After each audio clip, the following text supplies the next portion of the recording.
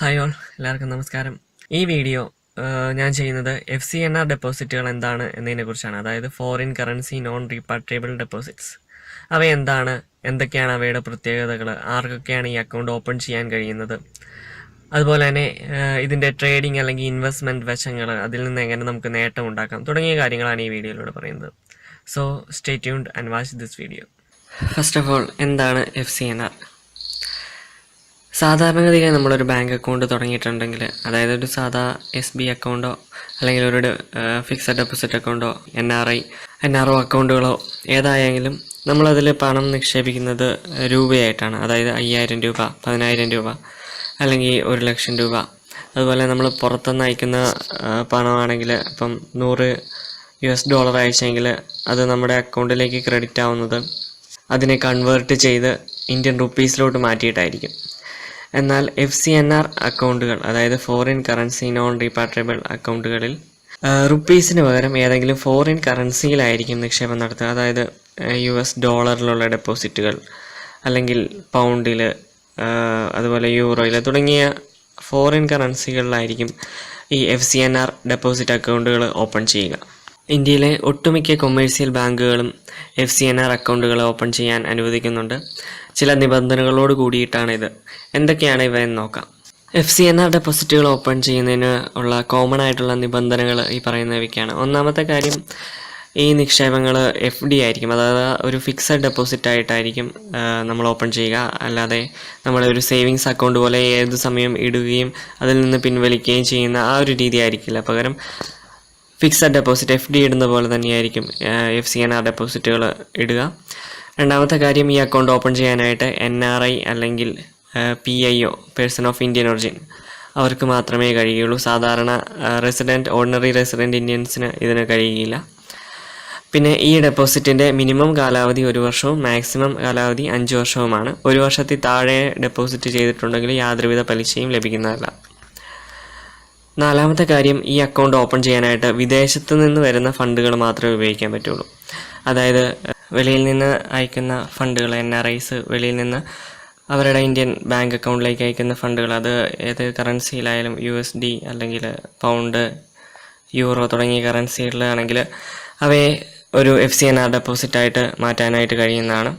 അതുപോലെ തന്നെ കറൻസി നോട്ടുകൾ, യൂറോ, USD തുടങ്ങിയ കറൻസി നോട്ടുകൾ കയ്യിലുണ്ടെങ്കിൽ അവയും FCNR ഡെപ്പോസിറ്റുകളാക്കാം. നിലവിലെ നോൺ റെസിഡൻറ്റ് എക്സ്റ്റേണൽ അക്കൗണ്ടിൽ കിടക്കുന്ന പണം അത് കൺവേർട്ട് ചെയ്ത് ഡോളറിലേക്കോ അല്ലെങ്കിൽ മറ്റേതെങ്കിലും കറൻസിയിലേക്കോ മാറ്റിയിട്ട് അതും ഫിക്സഡ് ഡെപ്പോസിറ്റായിട്ട് ഇടാവുന്നതാണ്. മീൻസ് FCNR ആയിട്ട് ഇടാവുന്നതാണ്. കാരണം ഇപ്പോൾ NRI അക്കൗണ്ടിലുള്ള പണം എന്ന് പറയുന്നത് അത് ഇന്ത്യൻ റുപ്പീസിലായിരിക്കാം. എന്നാലും അത് പണ്ടെപ്പോഴോ നമ്മൾ വിദേശത്ത് നിന്ന് NRI ആയിട്ടുള്ള ആൾക്കാർ അവരുടെ അക്കൗണ്ടിലേക്ക് അയച്ച പണമാണ്. അതുകൊണ്ട് തന്നെ അത് ഫോറിൻ മണി ആയിട്ട് കൺസിഡർ ചെയ്യാവുന്നതാണ്. ഇനി ഏതൊക്കെ കറൻസീസിലാണ് FCNR ഡെപ്പോസിറ്റുകൾ ഓപ്പൺ ചെയ്യാൻ പറ്റുന്നതെന്ന് നോക്കാം. 2011 വരെ ഈ 6 കറൻസികളിൽ മാത്രമായിരുന്നു FCNR ഡെപ്പോസിറ്റ് ഓപ്പൺ ചെയ്യാനായിട്ട് റിസർവ് ബാങ്ക് അനുവദിച്ചിട്ടുള്ളൂ. അപ്പോൾ 2011 ശേഷം അത് കുറച്ചും കൂടെ ലിബറലൈസായി. 2011 വരെ US dollar, euro, UK pound, Australian dollar, Canadian dollar, Japanese N, ഇത്രയും കറൻസികളിലാണ് RBI അനുവദിച്ചിട്ടുണ്ടായിരുന്നുള്ളൂ. എന്നാൽ പിന്നീട് സ്വതന്ത്രമായി വ്യാപാരം ചെയ്യുന്ന ഏത് കറൻസിയിലും ഡെപ്പോസിറ്റ് ഓപ്പൺ ചെയ്യാൻ, FCNR ഓപ്പൺ ചെയ്യാനായിട്ട് RBI അനുവദിച്ചിട്ടുണ്ട്. എങ്കിലും ഇന്ന് മിക്ക ബാങ്കുകളും ഈ 6 കറൻസികളും അതിനു പുറമെ ഏതാനും ചില കറൻസികളിലും മാത്രമേ FCNR ഡെപ്പോസിറ്റ് ഓപ്പൺ ചെയ്യാൻ നിക്ഷേപകരെ അനുവദിക്കുന്നുള്ളൂ. ഇപ്പം ICICI ബാങ്കിൻ്റെ കാര്യം എടുത്ത് നോക്കുകയാണെങ്കിൽ അവർ വേറെ 3 കറൻസികളും കൂടെ അലൗ ചെയ്യുന്നുണ്ട്.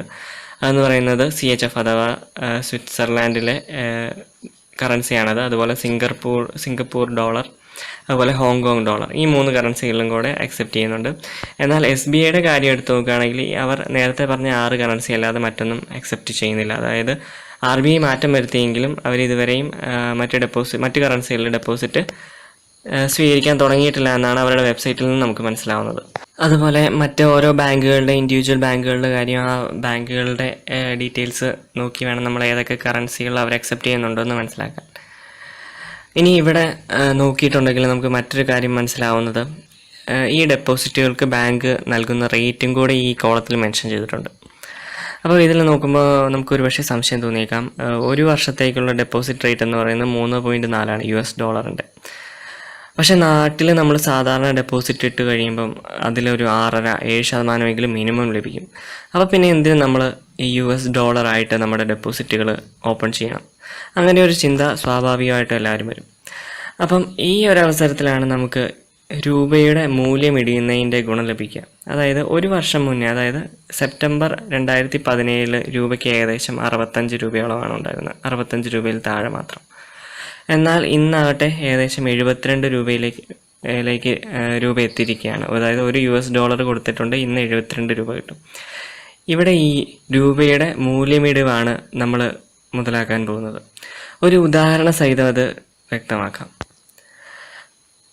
2017 സെപ്റ്റംബറിൽ $1000 നമ്മൾ അത് ഇന്ത്യൻ റുപ്പീസിലോട്ട് കൺവേർട്ട് ചെയ്തിട്ട് ഒരു FD ആയിട്ട് ഇടുകയെന്ന് വെക്കുക.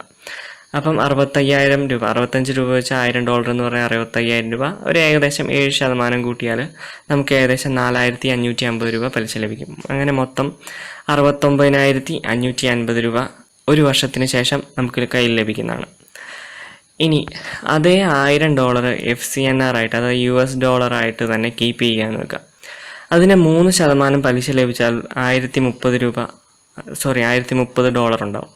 നമ്മൾ സപ്പോസ് ആ പലിശ ലഭിക്കുന്നില്ല എങ്കിൽ കൂടി $1000 ആയിട്ട് തന്നെ വെച്ചാൽ പോലും ഒരു വർഷത്തിന് ശേഷം നമുക്ക് അത് രൂപയിലേക്ക് കൺവേർട്ട് ചെയ്യുമ്പോൾ ലഭിക്കുന്ന അതിൻ്റെ മൂല്യം എന്ന് പറയുന്നത് 72, അതായത് ഇപ്പോൾ 72 രൂപയാണ് ഒരു ഡോളറിൻ്റെ വാല്യൂ. അപ്പം 72,000 രൂപ കൺവേർട്ട് ചെയ്തില്ലെങ്കിൽ പോലും നമുക്ക് ലഭിക്കും. അതായത് ഏകദേശം 1,500 രൂപയാണ് നമുക്കിതിൽ അധികമായിട്ട് ലഭിക്കുക. ഇതിനെ അപേക്ഷിച്ച്, അതായത് രൂപയിൽ നിക്ഷേപിച്ചതിനെ അപേക്ഷിച്ച് 1,500 രൂപയോളം അധികം ലഭിക്കുന്നതാണ്. എന്നാൽ നേരെ തിരിച്ച് രൂപയുടെ മൂല്യം കൂടുകയാണ് എങ്കിൽ പണിപാലും വെള്ളത്തിൽ കിട്ടും എന്നോർക്കുക. ഇനി ഇങ്ങനെ $US$ ആയിട്ട് നമ്മൾ കീപ്പ് ചെയ്താലുള്ള മറ്റൊരു ഗുണം എന്താണെന്ന് ചോദിച്ചിട്ടുണ്ടെങ്കിൽ, ഇപ്പം നമ്മുടെ കയ്യിലേക്കൊരു കുറച്ച് എമൗണ്ട് FCNR ആയിട്ട് ഇടാൻ വേണ്ടി കിട്ടി. അതായത് കുറച്ച് എമൗണ്ട് $US$ ആയിട്ടോ യൂറോ ആയിട്ടോ അല്ലെങ്കിൽ മറ്റേതെങ്കിലും ഫോറിൻ കറൻസി FCNR ഇടാൻ പറ്റുന്ന കറൻസി ആയിട്ട് ലഭിച്ചു എന്ന് കരുതുക. ആ ഒരു കറൻസി നമുക്ക് ഒരു കൊല്ലത്തിന് ശേഷമോ അല്ലെങ്കിൽ കുറച്ച് നാളുകൾക്ക് ശേഷമോ നമുക്ക് തിരിച്ച് വീണ്ടും അവിടെ തന്നെ, അതായത് വിദേശ രാജ്യത്ത് തന്നെ ഉപയോഗിക്കാൻ വേണ്ടി ആവശ്യമുണ്ട്. പക്ഷെ തൽക്കാലം നമുക്ക് ആവശ്യമില്ലാത്ത ഒരു ഫണ്ടാണ്. അങ്ങനെയുള്ള ഫണ്ടുകൾ നമുക്ക് ഇവിടെ FCNR ഡെപ്പോസിറ്റ് ആയിട്ട് ഇട്ടിട്ടുണ്ടെങ്കിൽ അതിൽ നിന്നുള്ള പലിശ നമുക്ക് ലഭിക്കുകയും ചെയ്യും.